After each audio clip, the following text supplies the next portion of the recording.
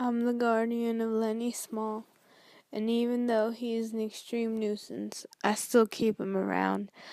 I always think about how life would be easier if I didn't have to carry the burden of looking after Lenny, and how he is nothing but a heavy weight keeping me further away from my dream.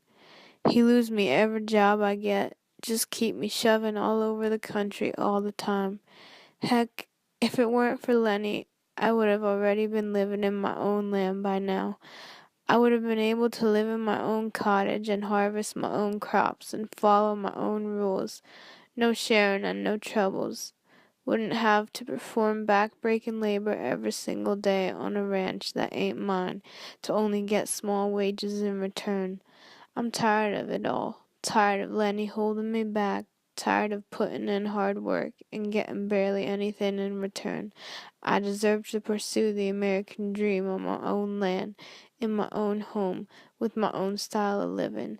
A life where money ain't an issue and I don't have to worry. I'm George Milton. I'm so quick to blame Lenny for the life I'm living. But the truth is, his strength and work ethic have gotten me most of the jobs that I've had. I'll tease him here and there, but don't let no one else do it. I just want what's best for him. He's dumb as hell, but he ain't crazy. And I ain't so bright neither. Or I wouldn't be bucking barley for my 50 and found. I dream and I dream about the life I want, but in the back of my mind, I know it ain't realistic. I've had a goal, but I never really believed that I could reach it. Sometimes I make it seem like Lenny is the reason why I'm working on a ranch instead of living my own life on my own land. I blame him for all the trouble he gets us into and all the travel he made us do. But truth is, I'm responsible for the life I'm living. I want rabbits. I want to pet them and feed them alfalfa. And George and I are going to own land to have the rabbits. George has this whole plan of getting the money and the land, and I can't wait. But in the meantime, I need to be quiet and let George do all the talking. Because when I open my mouth, I seem to get in trouble. And what George says goes, because he is my brother. He helps me out in many ways, but I don't know why I keep getting in trouble. And so I feel bad for disappointing him. I try my best not to. But it seems like everything I do is somewhat bothersome to him. I am really Lenny Small. I am forever young and childish and dependent on George. I can't even get a job without George, and I am easily tempted, and that caused the death of Curly's wife. I simply don't act rational, but I am unaware of my faults, making me repeat the same mistake over and over again, having George clean up my mess for me. This mind of mine gets in the way of the dream that George and I have, but I work hard to please George. He says that I sure a hell of a good worker, strong as a bull. And I don't want things to be so hard to understand, but George is the brains and I am the bull. So I guess I don't have to understand. George can do that for me. That's what makes us brothers. And I don't mind. The world is a difficult place, according to George, and that I just have trouble fitting in. All I do is work and eat just like every other worker. And that's alright. It's been working out so far. But I can't stop thinking about the rabbits because that's my goal. And that's what I keep telling George as well.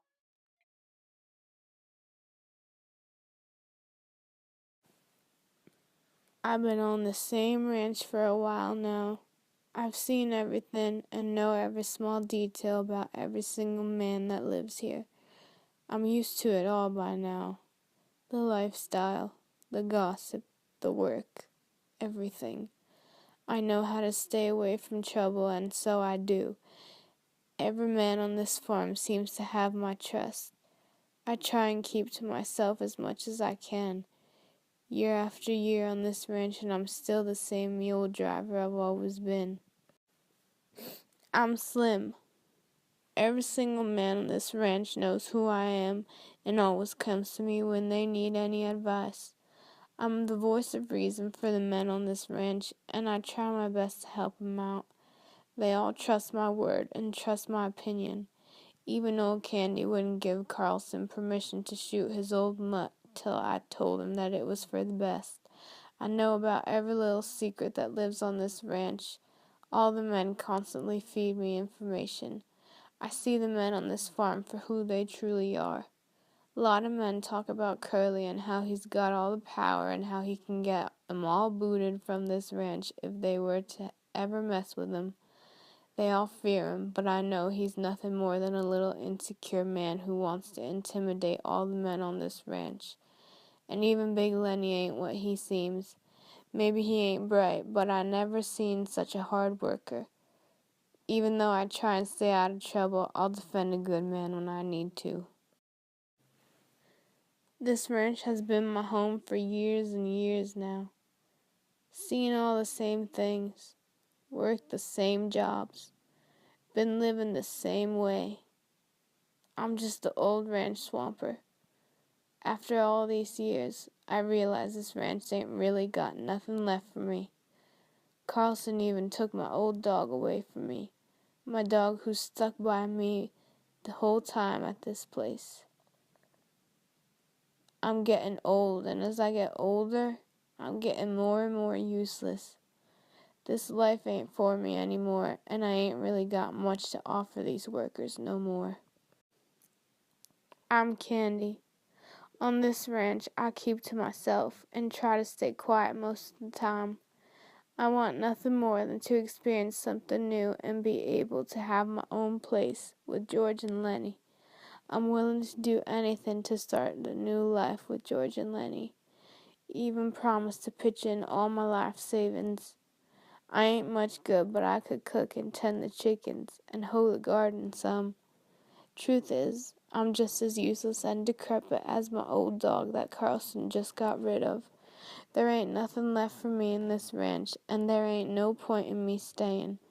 I just hope to God that me, George, and Lenny all get our own land like we planned, 'cause if we don't, there ain't nothing left for me to do, no purpose for me to serve. I am the son of the boss, and I run things around here.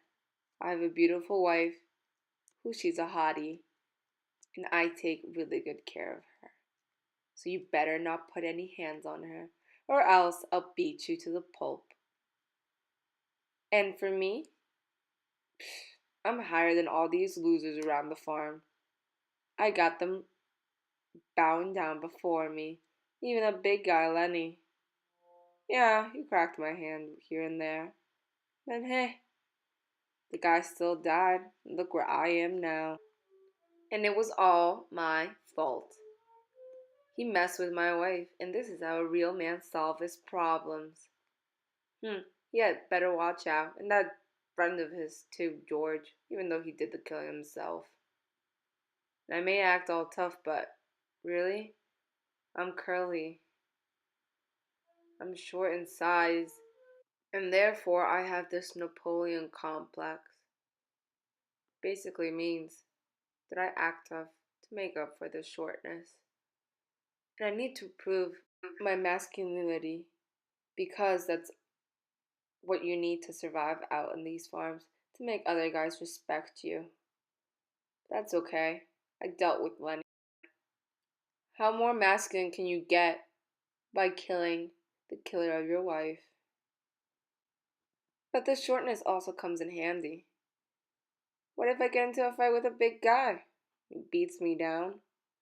Not like it will ever happen, but if it does, well, they'll just ask, pick on a guy their own size. And if I win, well, hell, it'll look great on my image around this farm. To know I'm a tough guy. To know that nobody gets under my skin. I am owned by white men who look down upon me because of my skin tone, but there ain't a thing I can do about it other than making sure that I get my own space too. These skinners and butchers need to keep themselves away from my personal stuff and I'll keep away from theirs. I just want respect. However, Lenny and his pal George interest me with their whole dream of owning land. And when Candy talked about the money and they were so close to making this dream real, I couldn't believe it. I never seen a guy really do it. I've seen guys nearly crazy with loneliness for the land, but every time a whorehouse or a blackjack game took what it takes. And I wanted to become part of this dream as well. But really, I am crooks. And I don't like to admit it, but I am so similar to Curly's so called wife.